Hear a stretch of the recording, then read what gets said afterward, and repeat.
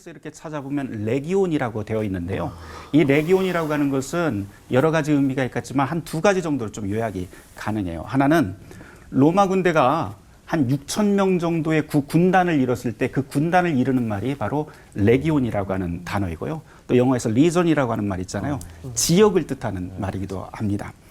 그래서 이 말을 이 거라사 귀신 이야기에다 같이 넣어서 이야기를 해본다면 단순히 귀신이 많다, 귀신이 힘이 있다 이 정도가 아니고 여기는 한 지역을 장악하고 다스리고 있는 강력한 힘이 이 사람에게 들어가 있다라고도 그렇게 이야기를 할 수가 있습니다. 실제로 이 역사를 보면 이 거라사라고 하는 지역이 어떤 곳이냐면 로마 군대 때문에 수많은 청년들이 죽었고요. 또 수많은 주민들이 노예로 붙잡혀갔던 그런 참혹한 비극의 역사가 있었던 그 땅이 바로 이 거라사라고 하는 지역입니다. 그래서 이런 역사적 맥락을 우리가 좀 배경에 삼고 오늘 이 본문을 읽어보면 단순히 이 거라사 광인은 단순히 정신병 들린 사람 또는 귀신 들린 사람으로만 치부할 수 없고 바로 자기 땅을 잃어버린 사람, 어디에도 기댈 수 없는 사람, 소외된 사람, 자기의 목소리를 빼앗겨버린 사람들의 그런 대표로도 우리가 이 본문을 읽을 수가 있습니다. 바로 이 사람이 예수님을 만나게 되고요. 이 사람이 치유를 받게 됩니다. 그게 바로 오늘 이 본문이죠.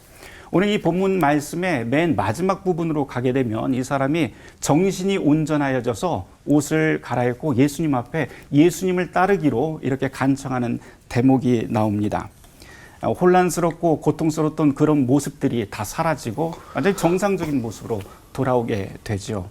이것이 바로 예수님을 만난 사람들의 그 변화된 모습이고 또 복음의 능력이라고 할 수가 있습니다. 근데 여기까지만 끝나면 아주 좋을 것 같은데요. 성경 본문은 그 이야기에서 끝나질 않습니다. 동네 사람들 이야기가 여기서 나와요. 보통 우리가 그런 귀신 들린 사람이 귀신이 나가고 또는 어떤 변화가 일어났을 적에 동네 사람들이 와서 정상적인 반응이라고 한다면 굉장히 그 예수님을 대접을 하고 동네로 모셔들여서 다른 문제거리들을 같이 이야기를 하고 도와달라고 하는 게 정상일 텐데 이 거라사 이야기의 맨 마지막에 이 내용들을 보면 동네 사람들은 오히려 정반대의 모습들을 보여줍니다. 예수님께 이 동네를 나가달라고 요청하는 그런 내용이 나옵니다. 그러고 보면 정상이 정상인지 비정상이 정상인지 굉장히 이 앞뒤가 헷갈리는 내용이 여기에 나오게 됩니다. 그 뜻은 무슨 뜻이냐면 바로 복음이 들어갔을 때 모든 사람들이 그것을 다 받아들이는 건 아니에요. 복음의 능력이 들어갔을 땐 그곳에서는 여러 가지 시련과 또 도전들이 다시 오게 된다고 하는 그 본문으로도 우리가 읽을 수가 있을 것 같습니다. 한 가지만 더 짚고 설교를 마치려고 해요.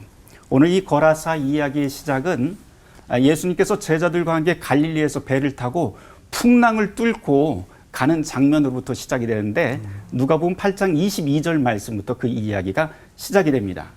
그런데 이 풍랑을 뚫고 가던 배를 타고 가던 그 여정을 보면 물이 배를 덮치고 해서 생명의 위협들이 굉장히 심하게 위태한 그런 지경들을 우리에게 보여주고 있어요. 근데 마침내 거라사 땅에 도착을 하게 됩니다. 그런데 아주 이상한 것은 예수님의 이 여행 경로를 보면 왜 굳이 예수님께서 그곳을 가셔야만 했을까라고 하는 의문점이 생기고 더더군다나 이 거라사 땅에 가서 예수님이 하신 그 사역들을 보면 딱 하나밖에 없어요. 이 광인 한 사람만을 만나게 됩니다. 그리고는 곧장 다시 갈릴리로 배 타고 돌아오세요. 그 뜻은 무엇일까요? 예수님의 목적은 처음부터 바로 이 사람 한 사람을 찾기 위해서 그 모진 풍랑을 뚫고 가셨고 바로 거기에서 이 사람의 모든 삶을 변화를 시켰다라고 하는 것을 우리가 이 말씀을 통해서 볼 수가 있습니다. 이 거라사 광인 이야기는 단순히 2000년 전에 광인의 이야기가 아니고 귀신 들린 사람의 이야기가 아니라 바로 우리를 찾아오시는 바로 저와 여러분들의 예수님의 이야기가 될 수가 있습니다. 바라기는 예수님께서 우리를 찾아오셔서 우리를 온전하게 회복시키시고 치유하는 그 역사가 저와 여러분에게 모두 함께 하시기를 주님의 이름으로 축원합니다. 아멘. 함께 기도하겠습니다. 주님께서는 풍랑을 뚫고 거라사 광인을 찾듯이 우리를 찾아오십니다. 주님 앞에는 그 어떤 것도 힘을 쓰지 못하며 주님의 손으로 붙잡고 주님 앞에 있는 모든 것들은 회복되는 것을 이 말씀을 통해서 보게 됩니다. 주님, 그 어떤 두려움도 없이 하나님과 더불어 사는 그 기쁨 가운데 우리가 살게 하여 주시옵소서. 이 모든 말씀 예수 그리스도 이름 받들어 감사하며 기도드립니다. 아멘. 아멘.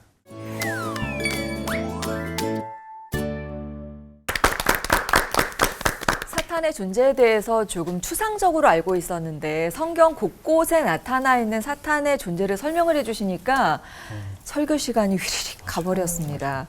정신이 버뜩 나는데 어떻게 들으셨어요? 네, 사탄이 하나님께 그 책망도 받고 하나님과 대화도 하고 그리고 하나님께 일러 바치기도 하고 사람 마음 충동질해서 그 하나님께 대적하게 만들기도 하고 참 이 사탄이 뭐 하나님의 통제를 벗어나서까지 이렇게 존재할 수 있다면 이게 거의 인간 아닌가요? 그러니까요. 네. 그리고 정말 교회 다니는 사람이라면 누구나 다 이렇게 생각했을 것 같아요. 신약 시대에 와서는 사탄이 세상을 다스리는 임금이라고 표현하는데 결국은 이미 예수님께서 승리하셨잖아요. 근데 우리 발 아래 상하게 할 그 사탄이라면 하나님께서 왜 계속 두고 보시는 이유와 사탄의 공격이 우리 이 삶 가운데 끊이지 않는데 그 사탄의 실체를 우리가 어떻게 이해해야 될지 우리 목사님들 한 분께서 한 분 한 분 다 대답을 해주시면 너무 좋을 것 같습니다. 제가 설교 때도 말씀드렸지만 이제 구약 성경 시대와 신약 성경 시대의 사탄에 대한 이해가 많이 달라졌다는 겁니다. 구약 성경 시대의 사람들은 아마 두 가지 생각에 좀 혼란이 있었던 것 같아요. 근데 그건 지금도 비슷한 것 같은데요. 세상에 하나님은 선하신데 어떻게 이렇게 악한 존재를 창조할 수 있었을까라는 하나의 문제와 그다음에 또 하나 문제는 만약에 이 악한 영향이 하나님으로부터 온 게 아니라면 하나님께서 창조하시지 않은 그 어떤 존재가 있을 수 있는가? 이 두 개의 질문이 지금도 끝나지 않는 아마 질문으로 있는 것 같아요. 근데 그건 아마 이 오랜 이 세월부터 그 질문이 끊임없이 있었던 것 같은데 그래서 아마 초기에는 구약 성경 시대의 사람들은 하나님은 세상의 모든 것을 다 주관하는 분이니까 이 생각이 워낙 강해서 사탄이 있다고 하지만 이건 하나님의 존재를 벗어날 수 없고 그분에게 상기가 지어질 수밖에 없어. 하지만 뭔가 우리들에게 영적인 뭔가 영향을 주는 검은 연기가 막 피어오르고 있고요. 그 다음에 여인과 함께 이렇게 수레를 타고 있습니다. 그런데 뒤에서 사탄이 막 밀어요. 어디로 미는 거 아니? 이쪽에 보면 구덩이가 있습니다. 그러니까 지옥 구덩이로 쭉 밀고 가고 있고요. 또 이쪽에서는 잘 보시면 이 앞에서 끌고 있는 그런 사탄도 볼 수가 있고 이미 여기에 붙잡혀 있는 사람들도 있고 이런 식으로 그런데 특이한 것은 여기 있는 이 사람은 자기가 어디로 가고 있는지 전혀 모른다고 하는 사실이죠. 다시 말해서 이 당시 16세기 사람들 또는 종교개혁자들이 가지고 있었던 가장 중요한 사탄에 대한 생각 중에 하나는 우리가 알든 모르든 특별히 모르는 가운데서 사탄은 우리에게 임하고 우리를 하나님의 뜻에서 멀어지게 만드는 그런 대적자로 이해를 했다고 볼 수가 있습니다. 이 그림은 아주 현대 그림이에요. 아주 특이한 그림인데요. 이건 어떤 그 그림 작품으로 그려놓은 건 아니고 1977년도에 한스 그리스하버라고 하는 사람이 책 표지에 그러니까 천사의 이야기라고 하는 책에 표지 그림을 그려놓은 거예요. 제가 너무 인상적이어서 요건 하나 좀 복사를 해봤어요. 요 내용에 어떤 그림이냐면 뭐 색깔이 다 이렇게 엉켜 있어서 처음에는 이게 무슨 그림일까 했는데 밑에 보면 야곱의 이야기입니다. 이게. 그래서 창세기 32장에 보면 야복강 나루에서 야곱이 고향으로 귀환을 할 적에 맨 마지막에 자기의 그 가족들을 다 이미 넘기고 자기 혼자 밤새도록 기도하는 장면이 나오죠. 우리가 보통 이 창세기 32장을 읽을 적에 또 밤새도록 천사와 씨름하면서 싸웠다, 기도했다라고 보통 이야기를 하지만 잘 읽어보시면 또는 그 본문에 우리가 야곱의 입장으로 들어가서 가만 생각을 해보면 야곱은 이 밤새도록 자기가 하나님의 천사와 싸우는 걸 알았을까? 라고 하는 질문이 생겨요. 아마도 밤새도록 싸우면서 이게 천사인지 아니면 마귀인지 자기는 그런 혼란 속에서 싸웠을 거예요. 그래서 이 그림 속에서 보면 어디가 팔이고 어디가 머리인지 누가 누구인지 다 섞여 있단 말이에요. 근데 그 창세기 32장을 읽어보면 맨 마지막 하나님의 축복을 얻으면서 나오는 그 장면에 해가 떠오르는 장면이 나옵니다. 다시 말해서 우리는 늘 살아가면서 신앙인이라고 하는 것은 아까 말씀을 하셨지만 사탄인지 아니면 하나님인지 사실은 구분할 수 있을 때도 있지만 전혀 구분을 하지 못하는 때가 너무 많다는 거예요.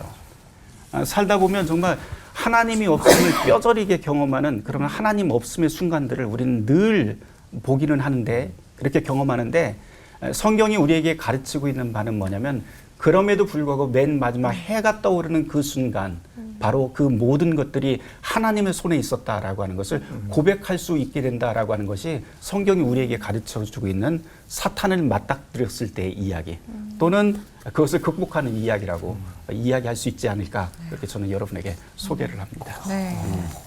사탄 너의 이름은 일부를 함께하고 계시는데요. 사탄이 우리를 어떻게 공격하는지 알기 위해서는 사탄이 어디에서 와서 어떻게 어떤 이름으로 우리를 공격하는지 좀 살펴볼 필요가 있을 것 같습니다. 사탄학을 연구하신 목사님을 모셨으니까 좀 속 시원하게 궁금증을 풀어보도록 하죠. 다 같이 외치고 시작할게요. 목사님! 저희 전원이 궁금해요. 전원이 궁금해요. 네. 저희 전원이 궁금한데 궁금한 게 많은 저희를 위해서 목사님께 필요한 건 뭐다? 스피드! 네. 빠르게 답해 주시면 됩니다. 네. 사탄은 원래 하나님이 창조하신 천사였나요? 아니면 뱀의 모습을 한 후천적인 존재인가요? 성경은 그걸 말하지 않습니다. 네, 그게 가장 중요한 문제인데 우리는 그것에 관심이 굉장히 많지만 그리고 악의 기원에 대해선 그 신구약 400년 그 사이에 여러 이야기를 하고 있지만 신약 성경은 그런 거에 대한 이야기를 안 하고 있다는 건 분명히 그게 우리에게 중요한 바가 아니라 오히려 다른 것에 우리는 집중을 해야 된다라고 말하기 위해서 그렇게 좀 생각하지 않았던 것 같습니다.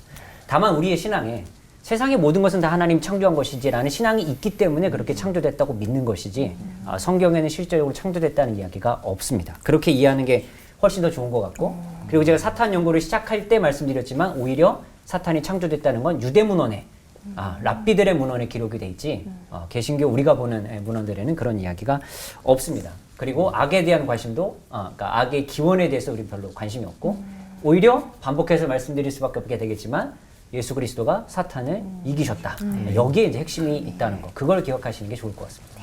잠깐 보충하면 성경은 신의 기원도 악의 기원도 침묵하고 있어요. 신의 기원도 악의 기원도 몰라도 된다고 얘기죠. 역시 구약 교수님이시네. 네. 그 이야기를 달리 이야기를 하면 성경에 관심을 두는 것은 우리의 현실이다. 악이